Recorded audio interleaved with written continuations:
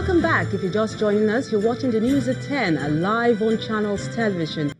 And here are some of the stories you already sent in to our Eyewitness platform. Let's begin with these set of images from Ondo State showing this bridge, which our Eyewitness alleges has been abandoned since 2008. According to him, this bridge connects Ondo State to Okada in Edo State. He wants the federal government to complete this project, which is about 60% done.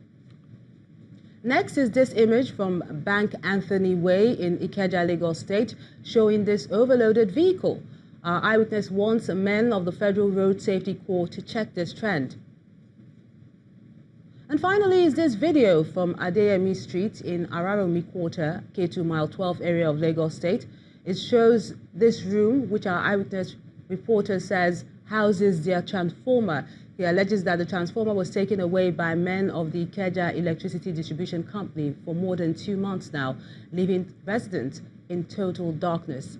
He calls on the distribution company to return a better transformer to ease the difficulty the residents are currently experiencing. Thank you so much for sending in those images, and we do encourage you to keep them coming. President Muhammadu Buhari is delighted with the efforts and strategic partnerships that he says have repositioned the country's ICT sector for good. The president, who spoke while declaring open the 17th edition of the E-Nigeria Conference and Exhibitions in Abuja, says ICT-based policies like the TSA, IPIS and the BVN have made a significant impact on government's public finance reforms, leading to recovery and huge savings of large amounts of money. State House correspondent Ibrahim Adra has the rest of the story.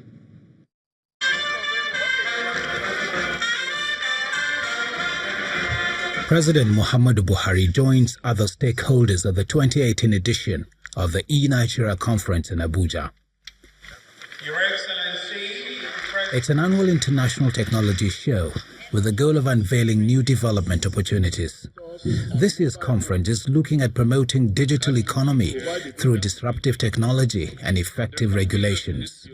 This informed our decision to develop a national broadband plan with the aim of increasing the broadband penetration to 30% by the end of this year, 2018. We were able to make sure that we review IT projects before we allow them to be executed in Nigeria. NITDA recalled its numerous achievements in the sector, citing its contribution to the country's gross domestic product as a case in point. In the area of business startups, it unveiled some Nigerians who are working to contribute to the economy through multi-million naira innovations. The keynote speaker believes government can leverage on disruptive technologies to curb corruption. Internet of Things can be used to counter this steady, seemingly innocuous theft as they provide a cheap watchdog for our public assets. President Buhari agrees, especially in the phase of impact of ICT on public financial reforms that has saved government billions of naira. It is pleasing to note the efforts by all relevant stakeholders in forging strategic partnerships towards ensuring that Nigeria becomes an export hub for ICT hardware in sub-Saharan Africa. J. The enforcement of the use of the policy on Treasury single account, the integrated payroll and personal information system, and the bank verification number, and the impact they have made on the administration's public financial management reforms. He urges enforcement of federal government's directive on ICT projects. Government officials at this conference are excited about figures showing an increase in internet penetration, as well as an increase in the contribution of ICT to the nation's gross domestic product. A couple of the business startups are also very promising. The expectation here is that this conference will serve as catalyst in Nigeria's quest to transit from resource to digital-based economy. From the International Conference Center, Abuja, Ibrahim Adra, Channels Television News. Let's cross over to our Abuja studios where Linda is standing by with more stories. Hello, Linda.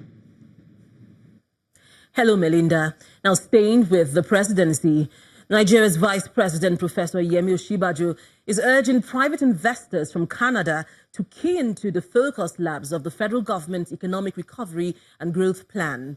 Professor Osinbajo says the focus labs, which are special interventions targeted at resolving specific bureaucratic bottlenecks facing investments in Nigeria, have so far identified $22.5 billion worth of private investments in 6 priority sectors.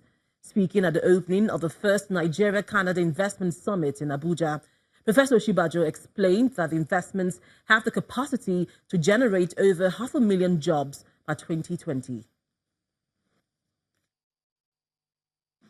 The Focus Labs identified $22.5 billion worth of private investments in 6 of our priority sectors, with the potential to create 500,000 jobs by 2020. $10.9 billion of these investments are described as most ready to go, meaning that the issues delaying them can be resolved and are being resolved speedily. We intend to continue the use of focus labs to resolve problems that investors may have.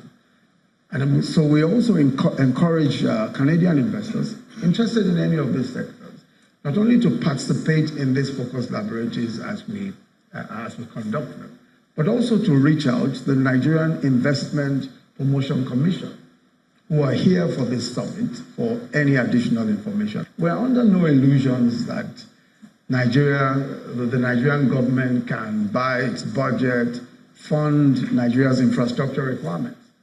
So we certainly welcome you to explore how you can be a part of the changing story of our infrastructure. The Taraba state government has warned that it will deal decisively with any miscreant found disturbing the peace and unity of citizens in the state. This is coming on the heels of a security meeting held with security chiefs in the state on the activities of gangsters. The state deputy governor, Haruna Mani, who briefed journalists after the meeting, said the activities of youth gangs around Jalingo metropolis are generating fear and apprehension among residents and community leaders. The rampant cases of robbery, rape, and petty theft, burglary being perpetrated by the miscreants under the influence of illicit drugs is taking to a toll on social and economic activities in the state. We will not fold our arms to see things going wrong without taking all the necessary steps to checkmate it, since the primary responsibility of any administration is to provide security to its citizens by protecting lives and properties. We are also aware that these gangs are being sponsored by some personalities. Let me make it clear to them that no one is above the law. They must stop this act in their own interest or face the consequences of their actions. The Kano State High Court of Justice has issued an order stopping any further investigation by the State House of Assembly into the bribery allegations against Governor Abdullahi Ganduje. This followed a motion filed by a group, the Lawyers for Sustainable Democracy in Nigeria, before the court challenging the investigation. The group believes that the ad hoc committee, led by Honorable Bafa Baba, is unconstitutional and that the State Assembly has no jurisdiction to probe a case that is already before a court of law.